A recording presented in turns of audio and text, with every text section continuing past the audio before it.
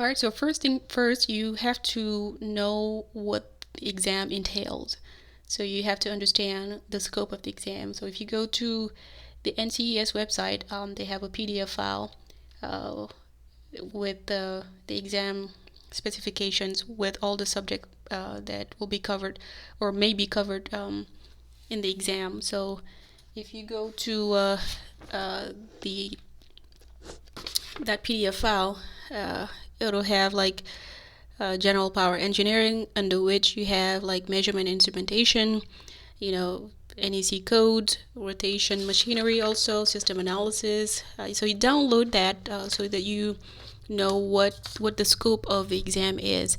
It's not limited to those subjects. I mean, you may find some things that you didn't even cover, but essentially this is the scope of it. You know, they all may not appear on the exam. Some exam you may see economics, some of them, you know, not a single battery question will show up, but at least you know it. So just make sure you cover all these subject on that PDF file. So that would be my recommendation number one. So next, you have to gather your reference books.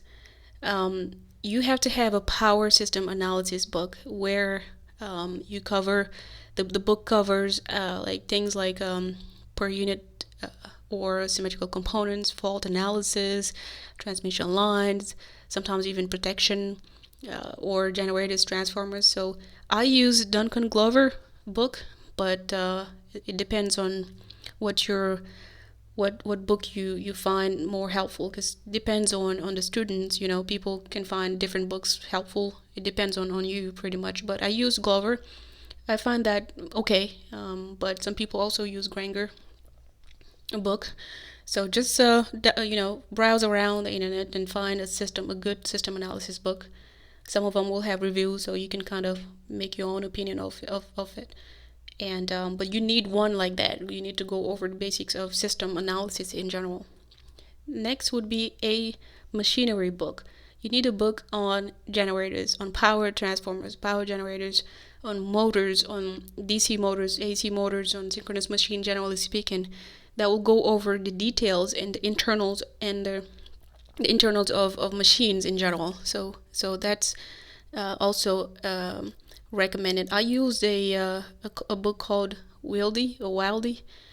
Um, it was pretty heavy in my opinion, and sometimes kind of go on and on. But it's a pretty good book. I mean, you know, I don't know. So it's up to you. Again, you just Google around some machine book. You may have found some books in your undergrad or your graduate school that you liked before. So this is no way saying use Wildy, but just have a machinery book in your possession. Next would be a protection book. So you can buy a protection book only if your system analysis book on number one over there didn't have it, because there are some system analysis books that actually cover relays. But I would recommend having a power system protection book. I used Slaver, Protective Relay Principles, which was good. I mean, I enjoy reading it. But just make sure you have a protection book that covers relay settings, your curves, and different types of relays and whatnot. You will need it for the exam. Next would be NEC Codebook. You actually need that book.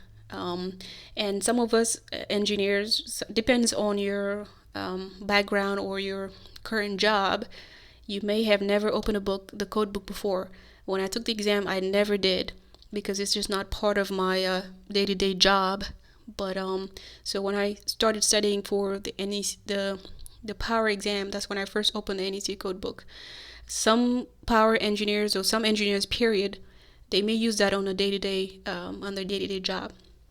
I have a friend who's very, very good at it, NEC code, because his past job requires him to understand the code book, so he's very good at it. But if you're not familiar with it, I would recommend going through Mike Holt website, and he's got also YouTube videos that can help you kind of understand how the NEC code is laid out, the scope of the NEC code, how the articles are written, and the scope, pretty much just the sections on it, and how to find information in it. So you have it, you need it for the exam. And I believe It has like, I don't know how many questions. For codes and standard, generally speaking, is like 10 questions on it based on the PDF file. So you really, really need to understand the code book. Not memorize or anything like that, but know how to find the information that you need. So that's the same thing for the NESC code. That's a safety code book, and NFPA 70 Echo. So these are code books that you literally need in your possession. I mean, some people say you only need the table of contents, but that's not true. You actually need it in your possession with you on the exam. So you have to have the book with you, so because they may ask you like one or two questions in it, but that's a steal. It may just be like what's the name of this particular section or whatever, but at least you have it with you, so that can help you a lot. So go over that before the exam. Kind of familiarize yourself with the scope of it again, with the different sections, what it covers, in order to be able to do good in the exam. So this is other materials as well. Besides those books, you also need materials that are specifically for the PE exam.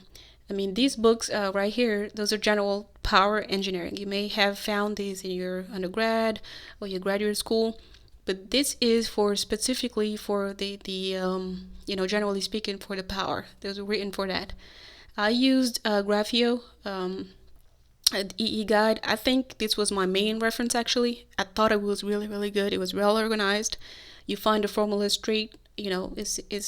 It's written in there. You don't have to go through different books. Everything is in one book. I definitely highly recommend this Graphio book. You can Google it, find it, whatever. I'm in no way affiliated with it at all, but I used it and I recommend it. Another recommendation that I used also would be the Beatty electric power calculation. This is also a good reference. I used it. It covers a lot of materials as well, and I would highly recommend it as well. Uglies reference. So this is a little bit of tiny hand, like pocketbook, but it's really fast and quick. I used it during the exam really quickly, especially on like power factor correction, your voltage drop, even NEC questions as well, those tables, because they're all in one small pocketbook, and you can quickly find what you're looking for. So I would recommend that as well. Chalopati, or I don't know how to pronounce that, but this is also it looks like it's old material, but it has like very, very good tips on how to solve problems, and it goes over the basic concept, and it was really good. I mean, I liked that book. I mean, I didn't finish it throughout my studying, but if you can have it, I would recommend it as well. I got the volume number 1 manual that has a couple of sections for the exam. I think it also has a NEC book, NEC sections on it as well, if I remember correctly. But that was a good book. I mean, I used it, so that was pretty good. I liked it. This is EPRI, Power System Dynamics tutorial. I'm not sure, I mean, depending on which industry you work at, I think EPRI means, I can't remember, Electrical Power Research Institute, I believe. So they have this PDF file. I think it's free depending on the company, your company. But I downloaded it from my company. It was free resource. So it was pretty good also. Kind of give you the basics of power in general. It covers a lot of materials and it's well presented as well.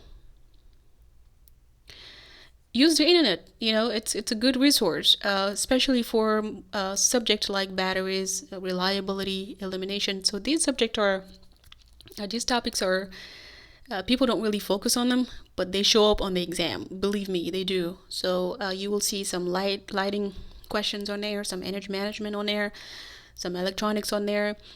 So the exam is not just about fault analysis. It's not just about symmetrical components. It's not just about MVA method. It's not just about square root of 3. We're talking about power here, and so there are different ways of looking at it. So economics is important too. So you have to understand these subjects and do not neglect them at all. So you will find like 1 or 2 questions on each one of these subjects. And those questions cannot be too deep. So that's why you have to, these are still So if you understand the basics of reliability and the basic formulas of reliability, believe me, you will get those answers right, because they can't ask you more than the basics of reliability, because not all of us deal with it on a daily basis, like fault analysis or symmetrical components. So I would highly recommend going over the internet and gathering some materials on batteries. I have a binder that has a lot of information on batteries, a lot of information on watt meters, elimination, energy management, electronics, MVA method, all of these. So I had that in my binder. The practice exam. So once you gather all your materials, you need to practice. So you need to solve problems. I think it's the fastest way, actually. Don't spend too much time going over the concept. So just kind of quickly browse through it, kind of have the basics, but then start solving problems. Because as you solve problem, you find out what your weakest subjects are and what you're good at. And as you go, you'll be able to solve problems. So have that. I think the NEC practice exam is the only, and I'm stressing on that, it's the only material out there that really give you a good idea of what's on the exam. Anything else is just either too easy or too hard. But the NCES practice exam is right on. Those problems look very similar to the actual exam. So if there was only, I just wish they had more problems on it. Like, I just wish they had like 400 problems on it. But I'm telling you, this is the only material out there that gives you a better a better overview of what you can expect from the exam, and nothing else out there. I mean, I've done my research, but the NCES is it. So if anything, get that first. And of course, solve problems from your reference books as well. In the back of your books, I mean, after every chapter, they ask you some questions. So go over those, and if it's like transformers, like parallel transformers, for instance, there is some section in there that you can kind of steal. Those problems may or may not look like the exam, but you actually are practicing the essentials of that particular topic. If it's relay settings, if it's the curve, if it's like protection in general, if it's generators, if it's transformers, you get to practice from that point of view, and you will understand the basic, because the exam is not only about solving problem either. I mean, it's about understanding the concept, the theoretical background on it. All right. Next would be in the back of the Graphio book over there. There's an exam. It looks very much like the and the Graphio book, I forgot to mention that it also has some example problems throughout the book, but in the back of the book there's also one sample exam that you can take. I did it. It was very easy, but similar to the example problems inside the book, but extra problems. It's an exam, so the more practice problems you solve, the better it is. I also use complex imaginary and spin up. I put asterisks in there because, I mean, I'm not affiliated with any of those, but spin up, I think, wasn't really that good because it was very basic and very easy. I mean, I can see somebody who's never been electrical in his life, who's never in his or her life, who's never been a power engineer ever, who doesn't even know what electrical engineering is, using that book, really. But if you're taking the power exam, I would expect you to understand a little bit of power, generally speaking. So that's really basic. I mean, you may find some questions in there that, especially like the theoretical questions, like the word problems, it may be good for that, but it's very basic. I mean, I just didn't like it, honestly. I mean, I solved all the problems, but I don't know how helpful it was, honestly, because it was very basic. Complex imaginary was a step above spin up. I used it. I thought it was better, but I thought it was repetitive as well. If you take one test, you took all of them. But it was a good representation of the test, but not quite. I mean, it was still a little below what to expect in the exam, because the exam was harder than the problems from complex imaginary. But if anything, the more problems you solve, the better it is. So might as well just get it. So that's my take on it. I mean, it's not really bad, but it's not spin up. I don't know. I can't really say much on that. It was very below easy, if there was any word I could use for that. Complex was better, but average, like still below below the standard, or what would you expect on the exam. So it was not harder. It was not, it was not the same standard, but it's problems. So the more problems you solve, the better it is. So that's my take on it. How to study. So once you gather all your materials and everything else, you organize your material, your references, make sure you have enough time to solve, to study. I mean, we are all different. Some people, I know a friend of mine who, not my friend, but a friend of my friend, who studied only 3 weeks and he passed it. He passed the exam. There are some people, and I have another friend who been studying since last year. So it's been a year, and he's planning on taking it next April, next time it's offered. Um, so that's a year. So there's one person who only studied 3 months and passed it, and there's a guy who's been studying for a year now. I don't know if he's gonna pass or not, but everybody's different, and there's a reason why we are all in the same class, getting the same material, being taught by the same professor, and then one guy would have A and I will have F, or you will have B, or you will have C, but we're being taught the same material, right? So everybody's different. But on average, I would recommend spending at least 3 months to 4 months, depending on how you study. Have you been out of school for 25 years? Do you have an electrical background? How do you study? Is your family impacted? Some people are a little older when they take it, so they already are married and have kids and all of this stuff. So it depends. But on average, try to spend time on it. Like, really be dedicated to it. Not everybody's a 2 week, student. So on average, 3 to 4 months. Go over the concept in your books also while you're solving problems, because like I said earlier, the problems that you find in the exam is not just about where you need a calculator. Some problems are actually conceptual questions, like on transformers, on generators, on this or that. So if you got to understand the concept behind anything before while you're solving the problem also, and understand them. Also, organize your reference materials as you go. So don't wait until last minute to actually do it. So organize your reference materials, put them in binders, put your files on the binders just as recommended, and make sure you use them as you study. So I pretty much once I went over the concept, I understood the MVA method. For instance, I understood how to do voltage regulation or voltage drop questions, or NEC, whatever. Once I understood that in my mind, I put everything in binders, and once I put everything in binders, I started solving problems using those references. So, because sometimes you may find problems that you don't have reference in your material, and you kind of keep adding, and that's why it's always good to start early organizing your reference materials. So like I said earlier, start solving problems while you use your references, because that's exactly what you're going to be doing during the exam. So make sure it's well organized, and add as you go. Add, references as you go. So the one thing also is to practice, practice. I would never say that enough.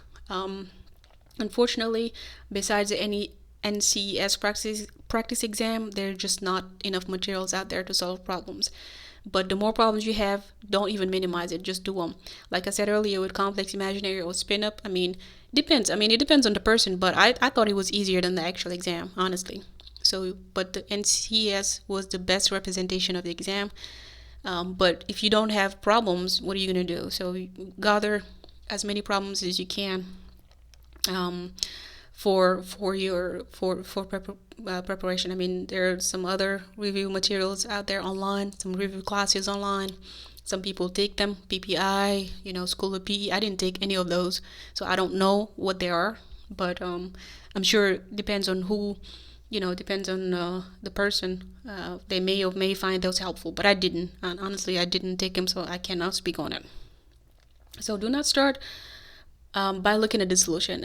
We're very good at doing that. Like, you look at a problem, you don't know how to do it, and you go straight to the back of the book, look at the solution, understand the solution, and thinking you get it. No, that's not the way to do it. Start solving. And if you're starting to study for it, even if it's going to take you more than 10 minutes, 15 minutes, 1 hour, look at it, like solve it, try to solve it. I mean, we're engineers, right? So we solve problems.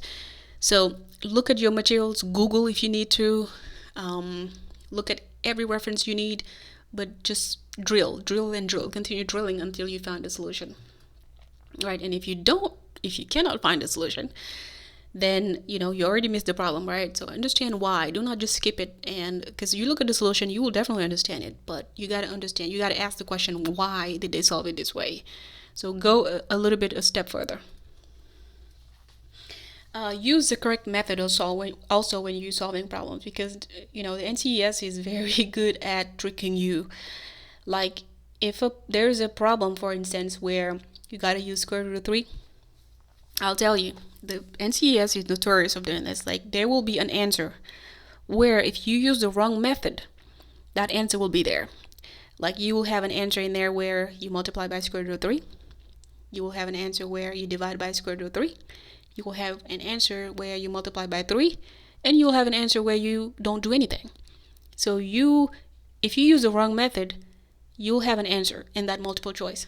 And then you'll be like screaming, oh my God, I got it right. Nope. You used the wrong method, but you got an answer though. So you have to be really, really careful. So that's why the exam is actually tricky. It's not difficult, but a little tricky. So you can just read a problem and quickly thinking the wrong way, and they know how to do that. They really know how to do that. So if you use the wrong method, that answer will be in there, and you will be celebrating like you passed, but no, you didn't. So you have to be really, really careful and understanding what you're doing in order to pass. So I think I covered it already. Knowledge-based questions. So there are some theoretical questions out there in the exam where you don't find those questions in any books at all. This is just experience, knowledge-based things you just know. You picked up in the field, you picked up from your mentors, or you picked up from just like being an engineer. So these, you can't really Google it, or you can't find it in any books at all. So they throw these questions out there in the exam from sometimes you don't require any calculations at all. It's just a straight shoot, multiple choice, and sometimes it can get confusing. It can get but there's always some hint in the problem, so you have to be able to highlight that. So when I have these kind of questions, what I do is I highlight the keywords and I start analyzing in the back of my mind. If I don't know it, then I start guessing. But these are questions that you just can't study for it. You just can't. You don't know. I mean, it's just experience based. So that's the reason why some states require 4 years of experience before you can even sit to take the test.